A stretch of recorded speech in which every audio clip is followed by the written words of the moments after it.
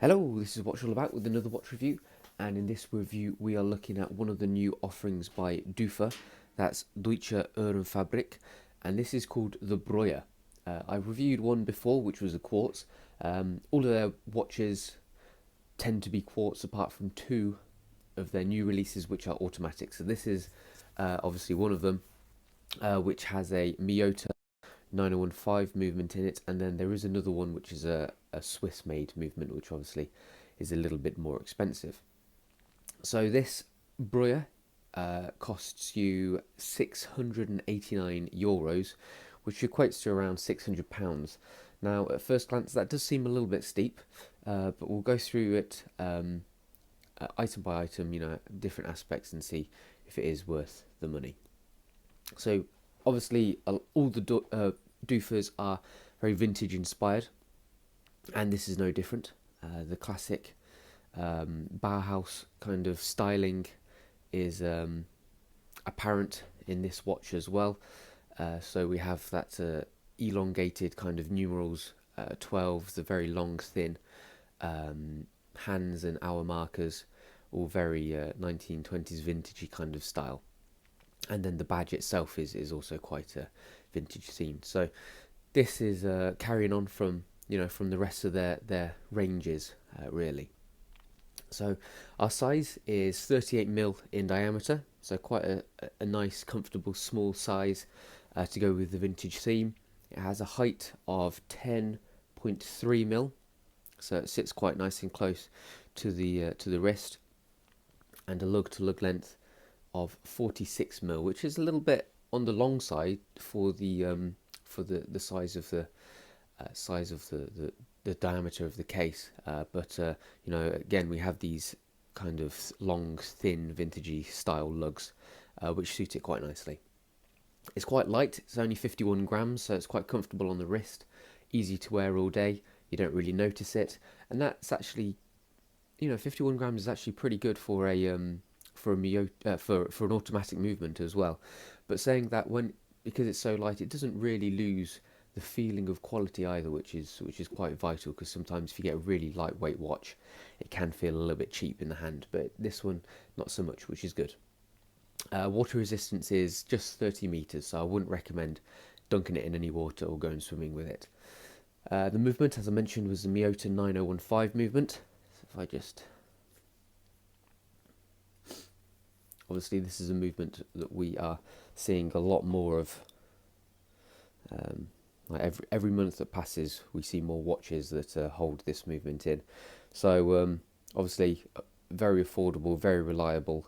Not the best looking, but it's got a nice custom printing on the rotor, which helps out a little bit. And then we have quite an unusual case back with this window, which is only displaying half of it, which is a nice solution actually, because in reality, you can see the nicer bit here of the movement, but the rest of it you don't really need to see. So they've made a nice little feature out of it, which is quite cool. I'm pretty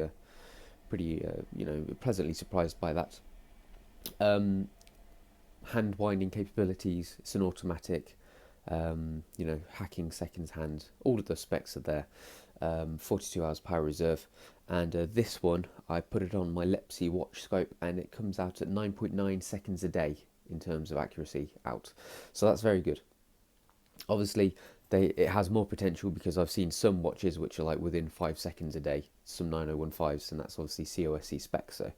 So the potential is there, but straight out of the factory, 9.9 seconds a day is perfectly acceptable for an automatic movement. Strap wise, quite thin, vintagey feel again. 18mm at the lugs, tapering down to 16mm at the buckle. So again, and the colour of it as well is also very vintagey. And then we finally have a 2-year warranty with it, so that's good to know. So let's go through it aspect by aspect in a little bit more detail and discuss it. So first of all, the dial. All Dufa dials have a really nice little applied logo. You can see there we have the Dufa. Obviously, we'll look at it in better with the macro lens on, but that's very nicely engraved. Well, it's like machined and applied very nicely. And then we have these brushed hour markers, and in a similar finish we have the hands, which are just very thin points, but they have a very slight pitch to them, which is quite a nice touch.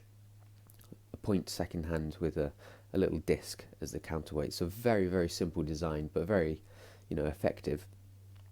Our 12 is very nicely machined as well.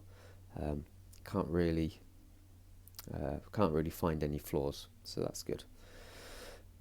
Printing is all nice and fine and accurate. Obviously minimal printing really. We just have Deutsche Uhrenfabrik, Tringum, 3, automatic, and then made in Germany. In the bottom half, our date window. So have a nice gentle border to it, quite unassuming, which is a nice little touch, and then a matching colour for the date wheel as well. So that's always good to see. Just give it a wipe. So yeah, the dial, whilst it's extremely straightforward and simple, very nicely done. Moving on to the case then.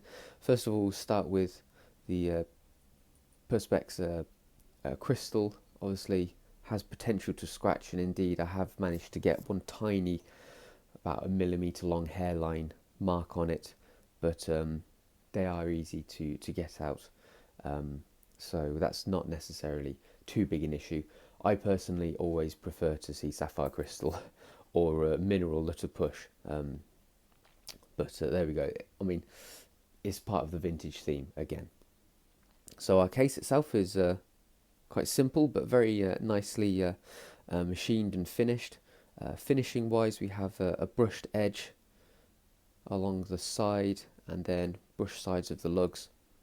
We have a polished rim around the top, and then the underside is all polished as well. So it has a nice side profile as well, as you can see here. Very curvaceous almost, so it actually feels smaller on the wrist, because the bit that's in contact with the wrist is obviously thinner than the widest part of the watch, so that also aids to the comfort in wearing it. The crown has the Dufa logo, get it in focus, engraved on the end. Very simple push-pull crown with decent grip, so you can use it quite easily. No complaints there whatsoever. And then moving on to the case back. So as I mentioned before, we have our exhibition window, which is half of the movement, and then just give it a wipe. Very polished, so it's easy to pick up marks. There we go. Yeah, so highly polished, as I mentioned before, so I made a bit of a feature out of it, which is quite a nice touch. And then obviously we have surrounding details around the outer edge of these the case back as well. So that's a nice touch, and in all, the case itself is very nicely machined and finished. I haven't found any issues with it whatsoever. So moving on to the strap then. As I mentioned before, very vintagey themed, like the rest of the watch. I mean, that comes down to just the colour really, like a dark brown alligator strap print, but also just the thinness of it.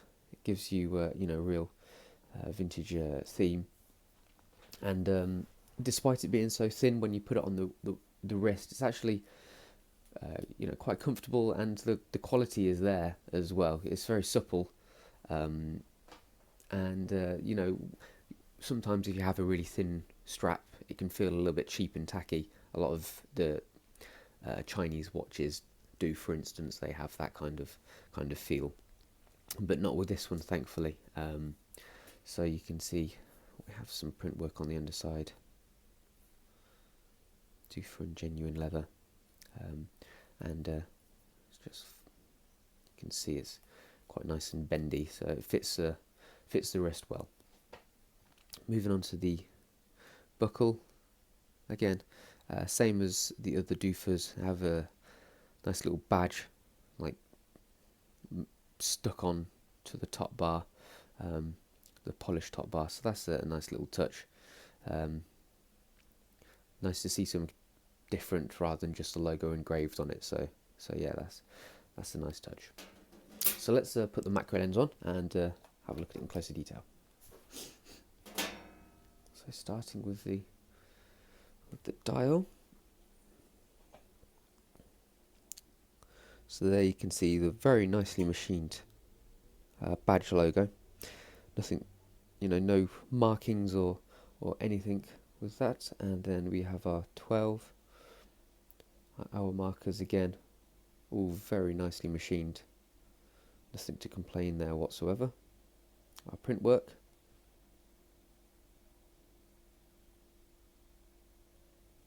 And our date window, pretty neatly cut out, and then a matching blue date wheel, which is a good touch. And looking at our hands, you see a very slight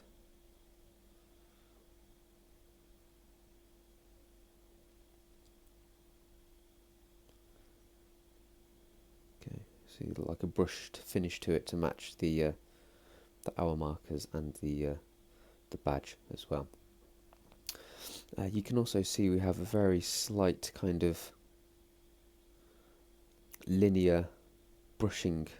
If I can try and get a decent shot of the dial itself, we have a sort of linear brushed finish to it, which is nice. I mean, it gives you almost like a tiny sense of texture to the main dial, which is a nice little touch. You don't initially notice it, but when the light hits it right, you get that. So moving on to the case, here we have our quite thin and spindly lugs, our brushed edge there with our polished top with the bezel, then flicking it over, have our polished underside, and then on this side we have our crown with Dufa engraved on the end. Quite nicely engraved, and a fairly decent grip for changing the time and winding the movement. Moving on to the case back, give that a wipe again. So we have our various specifics around the outside, and then just the name Deutsche Uhrenfabrik on the case back there. Moving on to the movement, so this is the custom printing on the rotor. It is the stock rotor, it's just literally got a bit of print work on, which is fair enough. At least they've made the effort to, not just have the stock movement, which we see a lot of, and some cheeky little bits of a movement there. Again, stock 9015, nothing too exciting, but at least they're showing the nicer part of the movement. Moving on to the strap, I forgot to mention that we actually have quick release pins, which is always nice to see. I'm pleased to see these more and more. This is the top side of the strap, nice brown stitching to go with the chestnutty colour. This is the other side. Just have a look on the underside now. Here's the Dufa print work.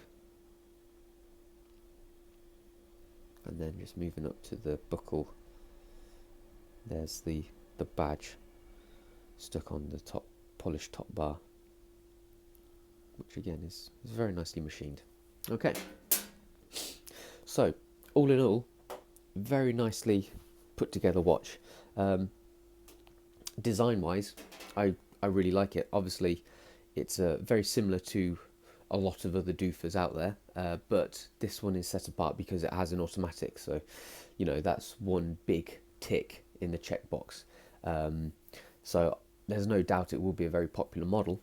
I'm just concerned that the price tag of around £600 is a little bit too much, because it has just got a Miyota 9015 in. I mean, we are talking, you can get a well-established Swiss-made automatic for that price. So it's a little bit of a shame that it's marketed so high, but I have had a look around and immediately I can see them for cheaper on Amazon, around £400. So that is a bit more respectable. So I would I would highly recommend this watch. I would just say not at the full RRP. You want to either look around, see if you can get a deal, or maybe wait until Dufa themselves have a slight discount on. Saying that, the quality of the watch is there. You know, despite it having an acrylic crystal, the dial is very nicely put together. The casework is excellent as well. Um, you know, it's pretty accurate out of the box as well for a 9015, so that's good to know. And the strap is nice. The buckle is pretty cool as well, and it's just generally a really cool looking watch. So you know, I don't think you can particularly go wrong with it, to be honest. And it's nice to see Dufa have finally started releasing some automatics, because now I think they're going to get really, really popular. Because before this one and the Swiss-made counterpart, they were only quartz. So a lot of people have been waiting for this, and here it is. So this was the Dufa, or Deutsche Uhrenfabrik Breuer, and that's what it's all about.